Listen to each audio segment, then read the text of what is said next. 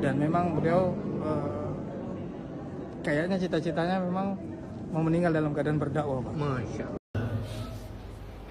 Allazi ja'ala awalal ashuril hurmis syarqi Zulqa'dah.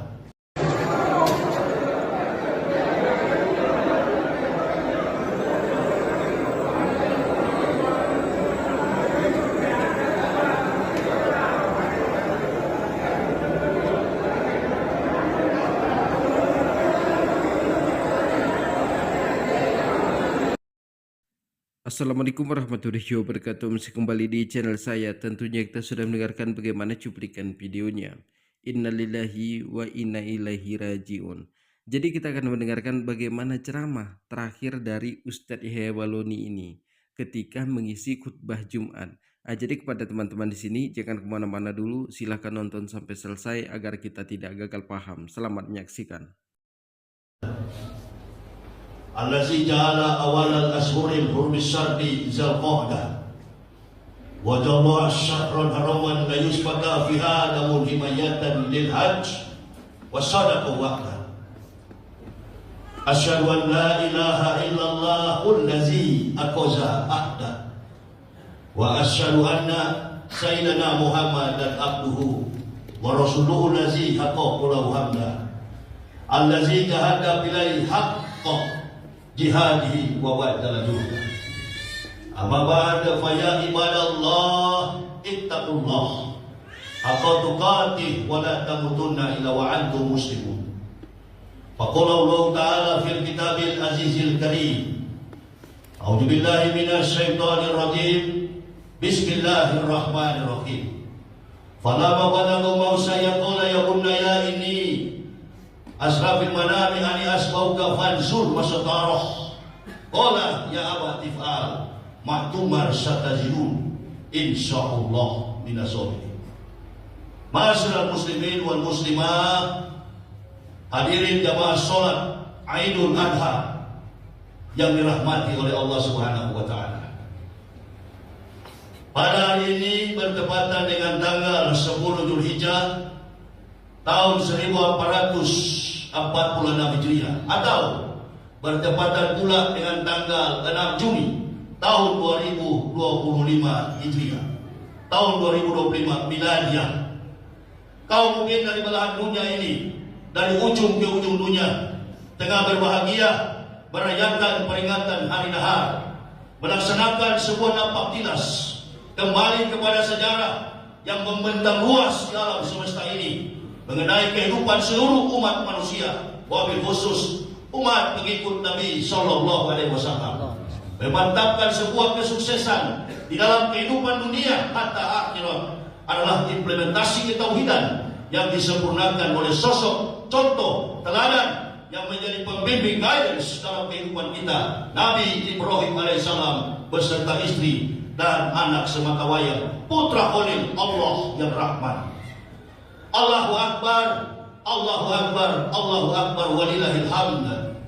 Dikisahkan suatu ketika Nabi Ibrahim alaihissalam ingin mendapatkan sosok keturunan dan kemudian beliau menuju Baitul Maqdis berdoa meminta kepada Allah Subhanahu wa taala agar dikaruniakan, agar dianugerahi seorang sosok putra, anak untuk mendampingi kehidupan suami istri.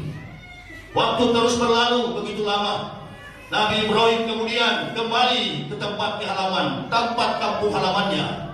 Dan pada saat itu Nabi Ibrahim dikenal sebagai Nabi yang ikhlas, Nabi yang jujur, Nabi yang berkorban bagi diri dan orang lain. Pada saat ketika Nabi Ibrahim alaihissalam mengorbankan 1.400 ekor kurban, 300 lembu, 1.000 kambing, dan 100 ekor unta. Masyarakat yang ada di kalangan kampung beliau berdecak kagum, memuliakan, memuji akan keikhlasan kurban yang diberikan oleh Nabi Ibrahim alaihissalam. Sembari mereka berkata, wahai Ibrahim, begitu banyak kurban yang engkau berikan, tak satu pun kami dari semua yang hadir ini mampu memberikan kurban sebanyak itu. 1.400 kurban. Ibrahim sebagai manusia biasa tentu merasa gembira, merasa senang apabila mendengar kalimat untuk memuji beliau. Sembari beliau berkata, jangankan 1.400 korban, jika Allah Subhanahu wa taala memberikan anak keturunanku mendengar munajat doa yang saya sampaikan, insya Allah anak saya pun akan saya korbankan. Waktu berlalu dengan begitu cepat. Ibrahim lupa bahwa dia pernah bernazar di hadapan Allah Subhanahu wa taala. Dalam seketika datanglah pengakuan, datanglah sebuah ujian. Mimpi falama balagha mau saya oleh munaya ini arafil manam ani asbauka fansur masadaro ya aba tifal matumar satajiduni insyaallah minasabirin. Maka datanglah mimpi itu. Setelah sampai anak ini pada usia yang sanggup, dikisahkan dalam fakta-fakta sejarah bahwa Ibrahim berumur 86 tahun dan Ibrahim sudah memiliki jabatan sebagai Nabi dan Rasul, sementara anak yang diberikan Allah berumur 13 tahun. Ismail, putra sematawayang, putra Khalil Allah yang Rahman, berkata kepada anaknya Ismail, wahai anakku, aku akan menyembelih engkau. Ya bunaya, ini asrafil manam, ani asbauka fansur masadara. Dengan respon yang sangat cepat, diimbangi dengan ketakwaan, keikhlasan, ketakwaan kepada Allah Subhanahu wa taala, ketaatan kepada kedua orang tuanya. Beliau menjawab, ya abati al matumar satajiduni insyaallah minasabirin. Lakukan wahai ayahku dengan cepat, supaya engkau akan mendapatiku, insyaallah tergolong orang-orang yang sabar. Kemudian dilakukanlah penyembelihan itu. Pikirkanlah wahai Ismail, apa yang kira-kira engkau renungkan di dalam hatimu. Mengorbankan seorang anak bukanlah hal yang gampang. Anak sematawayang yang berpuluh-puluh tahun didambakan oleh Ibrahim alaihissalam, dan ketika datang anak ini akan dikorbankan, orang tua tentunya tidak rela. Kita tidak rela apabila anak kita dikorbankan begitu saja. Tapi kemantapan ketauhidan iman Ibrahim alaihissalam tak ada bandingnya.